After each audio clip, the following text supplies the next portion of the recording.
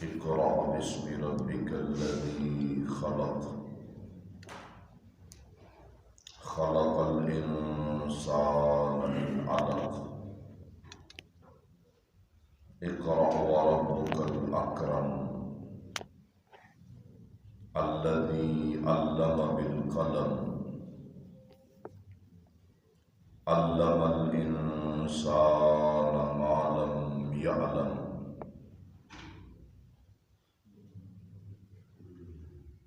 آپ اپنے پروردگار کے نام سے پڑھیے کہ جس ذات باری تعالی نے پیدا کیا ہے اور اللہ ذوالجلال والاکرام ہی تو ہیں کہ جنہوں نے انسان کو ایک لوتھڑے سے پیدا کیا. اور آپ پڑھیے آپ کے پروردگار تو سب سے زیادہ معزز و مکرم ہے اور وہی ہیں کہ جنہوں نے قلم کے ذریعے علم دیا انسان کو وہ چیزیں سکھائیں کہ جنہیں انسان نہیں جانتا تھا.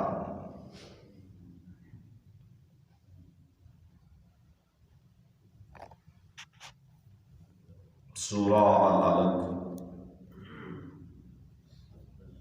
30واں پارہ اس کی ابتدائی 5 آیات. اس سے قبل آپ کے سامنے اس سے پچھلی سورہ مبارکہ کے متعلق چند احکامات ذکر کیے گئے تھے اور یہ سورہ مبارکہ نزول کے اعتبار سے اگر دیکھا جائے تو ہر مسلمان اور مومن آدمی یہ جانتا ہے کہ سب سے پہلی وحی جو غار حرا کے اندر نازل ہوئی مکہ مکرمہ میں وہ اسی سورہ مبارکہ کی یہی 5 آیات مبارکہ تھی. قرآن مجید فرقان حمید میں موجودہ ترتیب کے اعتبار سے اگر دیکھا جائے تو یہ 96 نمبر پہ اللہ پاک نے اسے رکھا اور یہ سورہ مبارکہ اللہ ذوالجلال والاکرام نے سب سے پہلے جبریل امین علیہ السلام کے ذریعے غار حرا کے اندر ان آیات کو نازل کیا اور بڑا ہی یہ بھی سبق آموز واقعہ ہے کہ آپ صلی اللہ علیہ وآلہ وسلم سیدہ خدیجہ رضی اللہ تعالی عنہ بیان فرماتی ہیں کہ آپ غار حرا کے اندر چلے جاتے. یہ آپ کا معمول تھا. بعض اوقات تو کئی دن وہاں پہ آپ صلی اللہ علیہ وسلم رہتے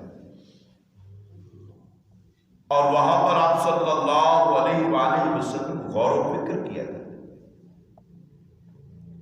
سوچ وچار کیا کرتے تھے کہ یہ لوگ اتنی بڑی گمراہی میں پڑے ہوئے ان لوگوں کو کیسے راہ راست پہ لایا جائے. ان لوگوں کی کامیابی کا کیا ذریعہ ہو اور ان کو ہدایت کی طرف جو ہے وہ کیسے راغب کیا جائے. آپ معاشرے کے اندر جب دیکھتے کہ یہاں پر کس قدر ناکمباری ہے، ظلم ہے، زیادتیاں ہیں، ناانصافی ہے، کوئی قانون نہیں ہے یہاں پہ، بگڑا ہوا معاشرہ ہے، اور ظلمت میں، بے رحمی میں، حیوانیت میں یہ معاشرہ جو ہے وہ ایسی دلدل میں بن چکا ہے، بظاہر محسوس ہوتا تھا کہ شاید اب ان کی اصلاح ممکن نہیں، اللہ ذوالجلال والاکرام کا کوئی اجتماعی عذاب آئے گا اور انسانیت کو ختم کر ڈالے گا۔ اس لیے آپ صلی اللہ علیہ وآلہ وسلم پر ارشاد جو ہم نے پڑھا تھا وَوَضَعْنَا عَنْكَ وِزْرَكَ، وہاں پر بھی میں نے ذکر کیا تھا کہ مفسرین نے لکھا ہے کہ آپ صلی اللہ علیہ وسلم سے اللہ پاک نے بوجھ اتار دیا، اور اس کی کئی ایک تفاسیر کی گئی تھی، لیکن ایک تفسیر یہ بھی تھی اس میں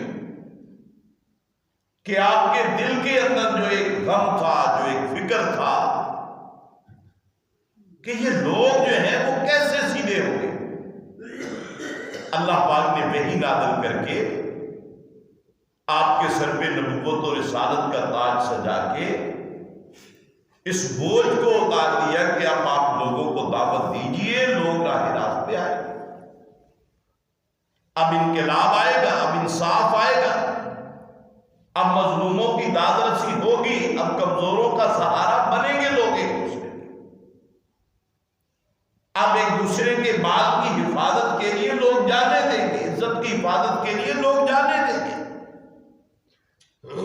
آپ اپنا قدم جو ہے وہ آگے بڑھائیں۔ اور پھر سیدہ خدیجہ رضی اللہ تعالیٰ وہ بیان فرماتی ہے کہ آپ بڑا ہی غور و فکر کیا کرتے تھے، پریشان تھے اس معاملے میں۔ تو یہ بھی بات لگتی ہے کہ اب تو اس وقت غور و فکر کے لیے بھی صرف حالات ہی تھے لوگوں کے، لیکن اب تو اللہ تعالیٰ نے ہمیں حکم دے دیا ہے کہ اس قرآن کے اندر غور و فکر کیا کرو، اس کے اندر تدبر کیا کرو، قرآنی آیات جو ہیں ان کے اندر غور و فکر اور تدبر کیا کرو۔ اب مسائل کا حل جو ہے غور و فکر کے لیے ہمیں ایک چیز دے دی گئی، اب اس کے باوجود ہم جو ہے تو اس سے اعراض کرتے ہیں، اب تو کوئی مسئلہ نہیں ہے۔ موجودہ دور کے اندر جو ہے پریشان ہونے کی کوئی ایسی بات نہیں ہے کہ حالات اتنے بگڑ گئے ہیں، حالات اتنے خراب ہو گئے ہیں، معاملات اتنے زیادہ بگاڑ کا شکار ہیں۔ اللہ پاک نے فرمایا جب حالات خراب ہوتے ہیں ان کی اصلاح کا طریقہ اللہ پاک نے قرآن میں تمہیں دے دیا ہے، اب نسخہ تمہارے پاس موجود ہے، جو بیماری معاشرے کو نہیں ہے اس کا علاج موجود ہے اور شرعیہ علاج موجود ہے، لیکن اس کے باوجود اس سے اعراض کرنا، اب یہ تو اللہ پاک نے گناہ کے زمرے میں رکھ دیا کہ وَمَن لَّمْ يَحْكُم بِمَا أَنزَلَ اللَّهُ فَأُولَٰئِكَ هُمُ الْكَافِرُونَ،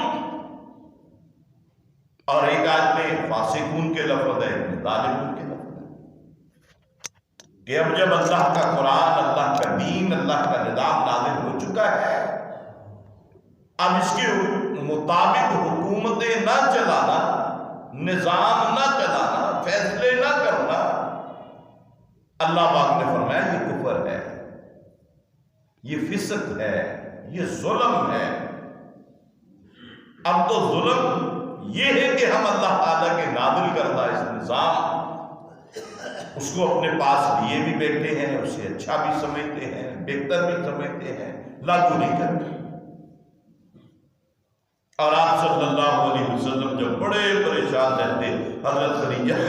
بیان فرماتی ہیں کہ آپ صلی اللہ علیہ وسلم ایک دن بڑے پریشان ہو کر گھر تشریف لائے، آپ صلی اللہ علیہ وسلم پسینے سے شرابور تھے، گھبرائے ہوئے تھے۔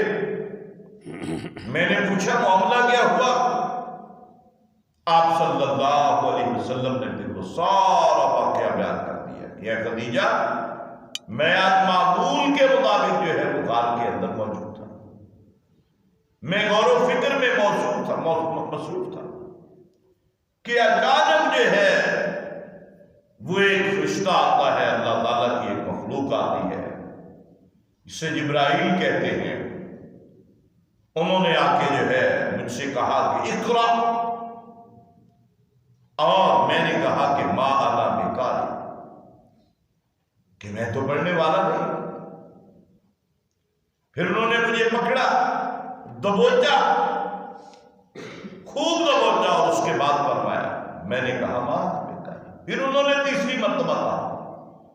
اقرا بسم ربک الذی خلق، اور پھر یہ 5 آیات جو ہیں وہ آپ نے سیدہ خدیجہ رضی اللہ تعالیٰ عنہ کو بتا دی کہ یہ آیتیں وہ لے کر آئے، اور آپ نے فرمایا کہ خدیجہ اب حالت میری یہ ہے، کیفیت میری یہ ہے کہ مجھے محسوس ہوتا ہے کہ شاید یہ میری زندگی کا جو ہے وہ آخری لمحہ گزر ہے، اب میں زندہ نہ رہوں، کیونکہ اس قدر زیادہ گھبراہٹ تھی، اس قدر زیادہ گھبراہٹ تاری ہوئی تھی، پسینہ آ رہا تھا صلی اللہ علیہ وسلم۔ سیدہ خدیجہ رضی اللہ تعالیٰ عنہ انہوں نے کہا کہ آپ پریشان نہ ہوں، آپ پریشان نہ ہوں، اللہ رب العالمین واللہ کلا واللہ لا یخزیک، اللہ کی قسم، اللہ کی قسم، اللہ کی قسم، آپ حوصلہ رکھیے، اللہ الجلال والاکرام آپ کو قطعاً جو ہے وہ کچھ نہیں ہونے، کچھ بھی نہیں ہوگا آپ کو۔ اور آپ جو ہے ایک خدشہ دل کے اندر یہ بھی تھا کہ ایک بہت بڑی ذمہ داری ہے، اب جب میں اس ذمہ داری کو ادا کروں گا تو لوگ تو مجھے رسوا کر دیں گے۔ فرمایا لا یخزیک اللہ، آپ اس کو مت پریشان ہو، آپ نے اللہ کا کام کر رہا ہے، اور اللہ تعالیٰ اپنا کام کرنے والوں کو کبھی بھی ایسا نہیں رسوا نہیں کرتا۔ اور اس کے بعد آپ کی چند خوبیاں جو اخلاقی خوبیاں تھیں ان کا تذکرہ کریں کہ آپ کیوں پریشان ہوتے ہیں، آپ تو مہمان نواز ہے عرب کے اندر سب سے بڑے، آپ تو عرب کے اندر یتیموں، مسکینوں، غریبوں، بے سہارا لوگوں کا سہارا ہے، آپ تو وہ واحد بندے ہیں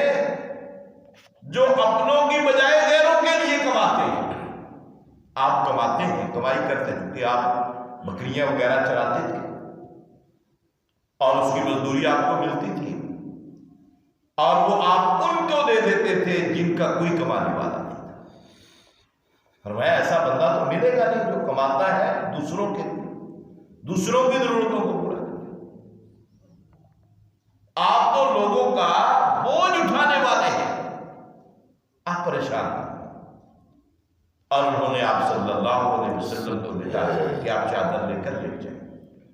تھوڑی دیر کے لیے آپ صلی اللہ علیہ وسلم لے جائیں، اور پھر اس کے بعد ورقہ بن نوفل جو ہے اس کے پاس آپ کو لے جایا جاتا ہے، وہ بتاتے ہیں آپ کو کہ یہ تو کوئی ناموس ہے جو جناب سیدنا موسیٰ علیہ السلام پہ نازل ہوا، جناب سیدنا عیسیٰ علیہ السلام پہ نازل ہوا، کیونکہ یہ مکے کے چند لوگ تھے جو نصرانی ہو گئے تھے عیسائی، ان میں ایک ورقہ بن نوفل بھی تھے، باقی سارے مشرک تھے۔ اور یہ ان دنوں بخاری شریف کی حدیث ہے کہ یہ انجیل جو ہے اس کا ترجمہ کر رہے تھے عربی کے اندر، کیونکہ وہ برادری تھی، اس کا ترجمہ کر رہے تھے، ترجمہ کر کے لکھ رہے تھے اس وقت ورقہ بن نوفل۔ اور اگلی عجیب بات یہ ہے کہ حدیث کے اندر آتا ہے قد عامیہ کہ آپ نابینے ہو چکے تھے، لیکن اس کے باوجود وہ ترجمہ کر رہے تھے۔ اس کا مطلب ہے کہ آپ نابینا تھے، وہ ترجم رکھے ہوئے تھے، وہ بولتے تھے، جب جاتے تھے، اور دوسرے لوگ جو ہے وہ لکھتے جاتے تھے، اور آپ نے بتلا دیا کہ آپ جو ہے اللہ تعالیٰ کے نبی بننے والے ہیں، نبی بن چکے ہیں، اب آپ دعوت کا کام کریں گے۔ اب آپ کے اپنے لوگ مکے والے آپ کو مکہ سے نکال دیں گے، اور اگر میں اس وقت زندہ ہوتا، جری ہوتا، جوان ہوتا لاش، تو میں آپ کے کندھے کے ساتھ کندھا ملا کے کھڑا ہوں۔ اللہ رب الجلال والاکرام سے دعا ہے کہ اللہ رب العالمین ہمیں بھی قرآن مجید فرقان حمید پر غور و فکر کرنے کی توفیق عطا فرمائے، آمین۔ اس کو سمجھنے کی، اس پر عمل کرنے کی توفیق عطا فرمائے۔ آمین۔ وما علینا الا البلاغ۔